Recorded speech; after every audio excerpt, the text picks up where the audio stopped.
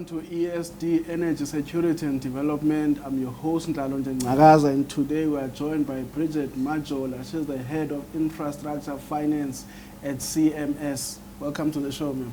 Thank you. Tell me more about your portfolio and the work that you do with CMS. Okay, so we are a law firm that advises lenders or sponsors when they are developing projects in the infrastructure space or the energy space. And we also support our clients in general banking and finance work. In general terms, what do your clients mostly complain about in this market of South Africa? Well, generally I act for lenders. I think that sometimes they complain about the pace at which transactions occur, in the sense that sometimes they have quite long lead times, especially if there is a government entity that's involved. Sometimes it can take a little bit longer than what they'd like. And I guess sometimes it might take a little bit longer to get certain permits or authorizations. So those are generally probably the big key issues. And sometimes they also complain about the fact that there aren't necessarily bankable projects that are readily available for them to fund, when sometimes they have huge amounts allocated that they want to disperse and invest in certain sectors. Yes, and would you say maybe looking at other countries like Rwanda, maybe East Asia, Thailand, that's, how do you think this South Africa offering competes with those different markets in terms of investment offering and also just the infrastructure? Well, I think that we are very competitive. I mean, we have great expertise and we're not short of funding. But the way that our regime works is slightly different. So with government infrastructure, we can't have unsolicited bids. So you can't just approach the government and say, I want to do A, B, C, and D, because there's a whole regime and a framework where they have to put things out to tender, and sometimes that may take a bit of a while. I don't know if they follow similar processes in the East, but from our side, I think that the fact that in some spaces that's what we need to do in order to comply with certain legislation, that probably makes things take a little bit longer. Like, for example, if you also want to be in partnership with the government, you have to follow the PPP framework, which earlier this year, when the Minister of Finance spoke, he did mention that they were looking to make some amendments to the PPP regulations in order to unlock some clarity around dealing with unsolicited bids, and also clarifying the framework so that it makes it a little bit easier for private investors to support them in certain spaces. For example, sometimes someone in the private sector might have a good idea about developing a particular thing or a particular area, and the government hasn't put up or put out an RFP as yet. It might now, depending on what the regulations say, I haven't had a look at what the changes are that they've made, the private sector now might be able to then approach the government and say, hey, look, this is what we think might work well for the country, this is what we're thinking of doing, and this is how we're thinking of supporting you. And then submit a proposal in order to undertake that works.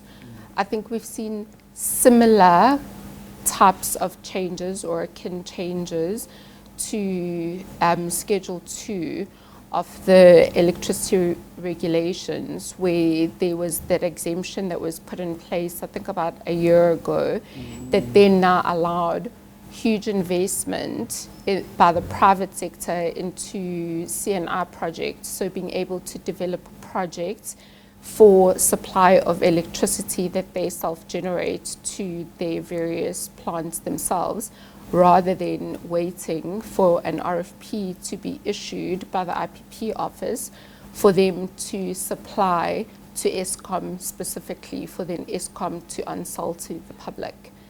So I think that there's good progress that's been made. Also, there's been talk of capital that's leaving South Africa. Has that come up maybe in your circles? And if that's the case, what can be done to attract capital into this South African investment space? I mean, South Africa is a key player in the African economy, and we are a key player in the global economy. So there's obviously going to be a movement of capital flowing in, capital flowing out, for various reasons. But it's not as though, I don't think that what's happening is that South Africa is draining its own reserves and its own economy to invest somewhere else, because I know for sure that we do support some projects in other countries that also benefit us, like obviously water infrastructure or electricity infrastructure or gas infrastructure that also supports South Africa, that's, I guess, being led by our neighboring countries. But I think that there's huge investment by multilaterals. The Minister of Finance, I think, spoke about, about 3.3 billion United States dollars that they already have raised from multilaterals internationally to invest in infrastructure in South Africa that's going to be rolled out over the next 3 years.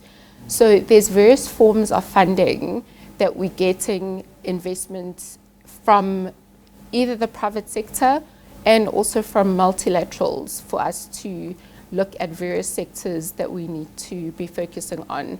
The question is just, what are we planning? What does our national development plan look like? What are our ministers focusing on spending? Where are they focusing on spending that money? And it definitely looks like infrastructure is a huge focus. Water infrastructure, electricity infrastructure, road infrastructure, and also, I guess, building towards an energy efficient future. I think there's also going to be an investment in capacitating certain manufacturers to build engines for electric vehicles, starting from 2026, I think. Yeah, there is that push for EVs, especially in the Eastern Cape, East London, for that infrastructure. But also, the Minister of Finance gave his budget speech about a month or so. For your sector, the infrastructure, and also still talking about investing into this economy, because ultimately that's what we need to do. I mean, to invest into infrastructure, those big marquee projects. Did you feel that the budget speech spoke to that, and you see the vision of the country by way of investment in infrastructure inspired by government? Did you feel that there was that push from government and that vision is in place? Yeah, I think so. I definitely think that I heard quite a bit of that. I think we definitely heard about the fact that they were going to be investing in looking into different types of funding instruments. Like, I think they spoke about infrastructure bonds that we haven't had before, and concessional loans.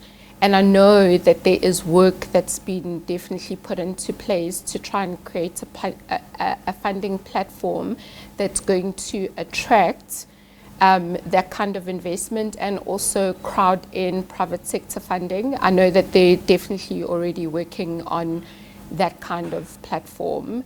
And I know that there's definitely allocations for investment into our renewables still, and there's also still an investment into trying to provide certain relief for certain municipalities that are struggling which will be very important for us for the impending water crisis, because obviously municipalities are the ones that are responsible for providing water to us as end consumers, and they generally, when they borrow, they have to borrow off their own balance sheet.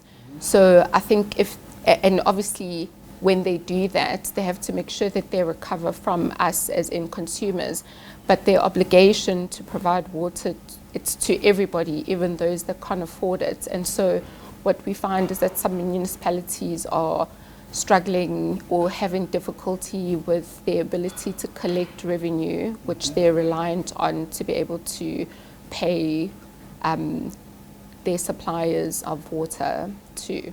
So there's definitely investment there. There's still also investment into supporting Eskom as well, which is a huge burden for the economy, the load shedding. So if we're supporting them manage their debt relief, and also, I guess, supporting them with their unbundling.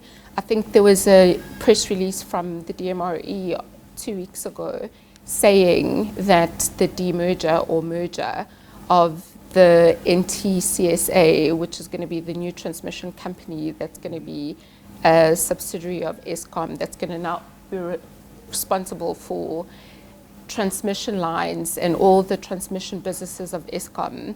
They've already have a board, and the merger agreement is, all the CPs have been fulfilled. So that seems like it's going ahead smoothly. Yeah, there's been a call for more private sector participation also, in helping with the governance concerns, because there's concerns of corruption that's also hindering the growth of the economy. How can the private sector participate more in helping government also to do their work? Because ultimately the private sector also has the skills and the know-how to manage funding, to manage the processes. Yeah, I guess that's a difficult one, right? Because I think different economies all over the world, as you know, experience issues with corruption. I don't think it's an issue that's a uniquely South African issue. I guess there might be collaborative efforts, maybe with training, with supporting with governance frameworks, but ultimately one isn't there to be able to monitor how people are doing their jobs and making sure that the reporting is effective and accurate. So it might be a question of making sure that political will is there to do the right thing, and I guess it starts with making sure that you vote for the right party to lead and make sure that you hold that party accountable. Yeah, because talking about those elections, because everybody is talking jobs. We're dealing with huge scores of youths that are unemployed. Also, have you been seeing any reforms to address that? Once again, also looking at the private sector, because they've been called upon even with Eskom, SAA. Have you seen any reforms coming from the private sector also to deal with that? Because there's also been those concerns. The unemployed youth is also a ticking time bomb when you look at it in the near future. Yeah, actually, I've seen quite a lot of programs, ESD development programs, that have been developed specifically for small to medium-sized SMMEs. And also, a lot of businesses are definitely, as far as I know and as far as I've seen, quite committed to supporting young people who want to be active in doing something, whether it is supplying the little valves that need to be replaced in certain infrastructure, whether it is maybe being providers of certain construction works or being a subcontractor to a main contractor. Even when it comes to the solar installation, there's a lot of young people that are running those businesses. There's also quite a huge boom in terms of young people who are providing and installing solar geysers. And I know for sure that there are businesses that have specifically been set up to fund those SMMEs on a basis that isn't the same as what the commercial banks or what the DFIs would do necessarily. So they have different types of funding instruments that they can provide to them specifically to support their businesses, because obviously they don't have a huge balance sheet and they don't have security. And I know that they are able to provide even funding that is as small as $1 million bucks or 500 million bucks, specifically related to a purchase order on an invoice discounting basis. So I know that there's different types of products that are available, products and programs that the private sector has supported and is continuing to support to try and ensure that where there are opportunities for aspirant young people who want to be doing something and are trying to be doing something, to be able to do that. It's similar with the smaller businesses, young people who are now installing those, the slim, medium and bigger water tanks in private homes or in private businesses. I think we have one downstairs as well. They support them in doing that, because obviously you'll never have, as a young person, you're unemployed, you have a good idea and you've been awarded a contract, for example, but you don't have the funding to be able to go and source the actual product. They will bridge that funding. So there are entities that are definitely doing that. Yes. Thank you so much for enlightening us on that. So, next 5 years in your sector, I mean, what is the direction that you see things going? What are you most excited about in your space? In my space, I am looking I'm looking forward to the end of load shedding, hopefully in 2026. I'm looking forward to seeing more water projects happening in the country before it becomes a dire crisis, because unfortunately there is a larger degree to which we can survive without electricity, but I think water is going to cause a big problem.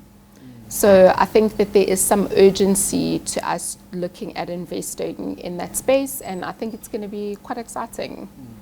Talk more also, I spoke earlier about this, I mean, some of the territories that we compete with for investments, that maybe some of these investors that have been, they gave some number, I don't know, is it 11,000 millionaires that have left our shores. I mean, what are some of these territories that we're competing with, and how can we improve the South Africa offering, do you feel? I mean, I think we obviously compete with the East. In Africa, we compete with Nigeria, Rwanda too. I definitely think Mozambique is doing really well. I mean, I don't know, Tanzania is also doing quite well from an investment perspective. I mean, I don't know what we can do to make ourselves more attractive, apart from making sure that we look attractive investment-wise. So politically, are we doing the right thing? Are we managing the fiscus appropriately? Are we demonstrating actively, i.e., talk the talk, walk the talk in terms of governance? Because I know that it is quite a bit of a concern to investors.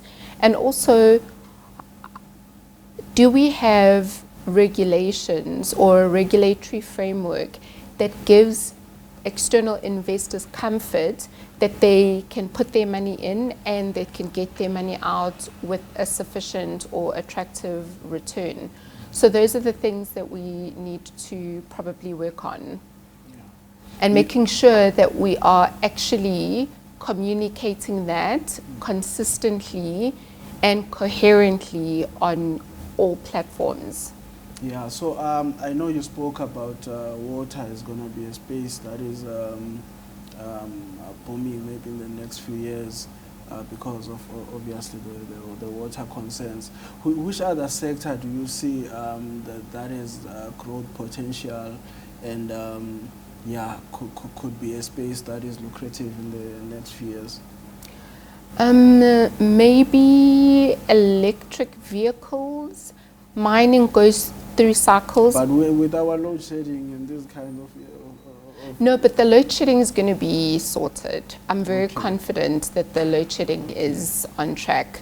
We've got sufficient generation. I mean, the integrated resources plan that was published earlier this year, we had been waiting for it for ages. I think that the outlook in terms of the horizons that are set out in that plan and the various types of energy mixes that we're talking about, I think will be okay in a year or two. So I don't think it's going to be immediate relief, but in a year or two or maybe 3, I think we will definitely have load shedding under control.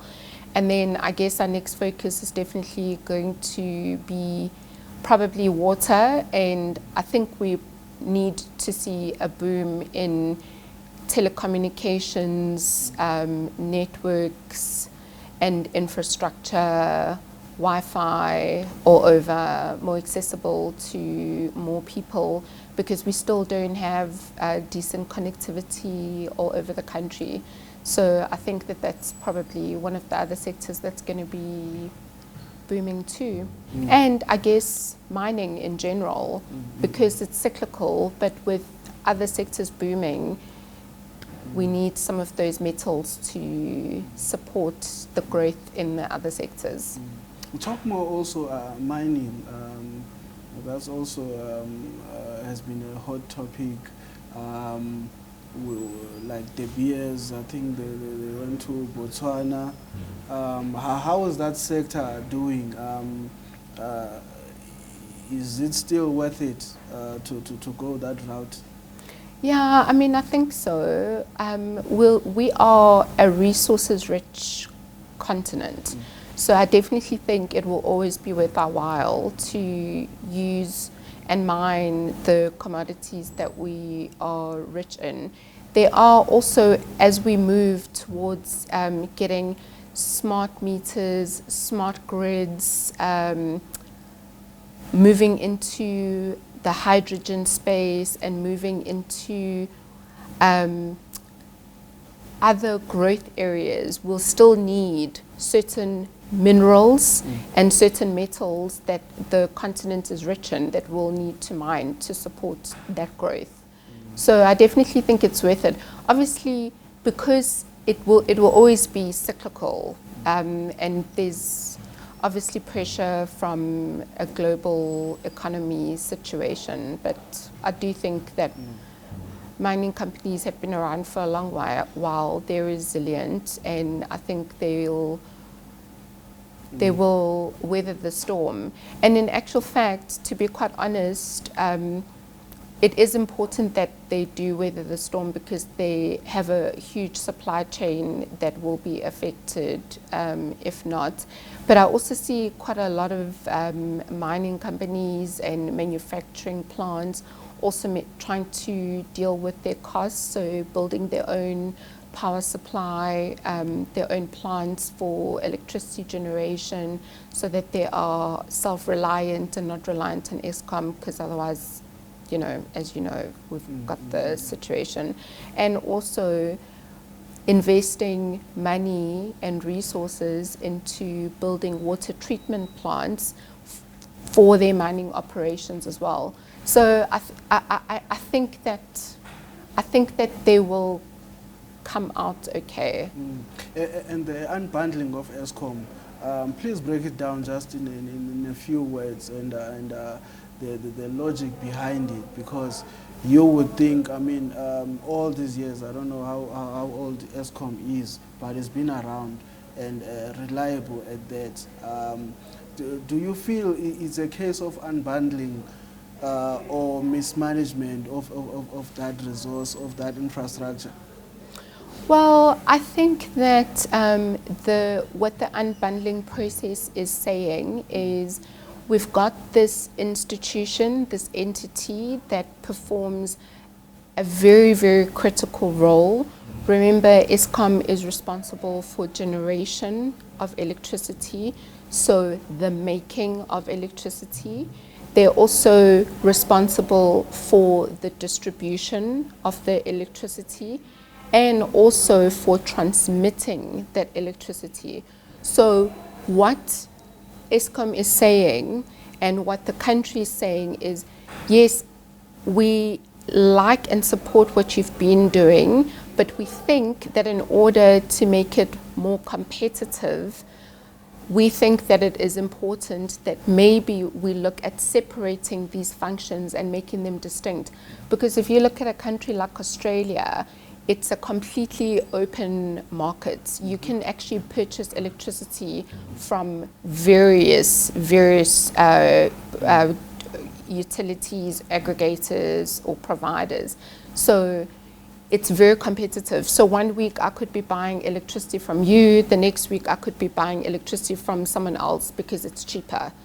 And so we're trying to get to a place where we're saying, whoever is responsible for the maintenance of the lines, making sure that we have substations that can support the load and supply the demand, we think it needs to be an entity that operates looking at that business only.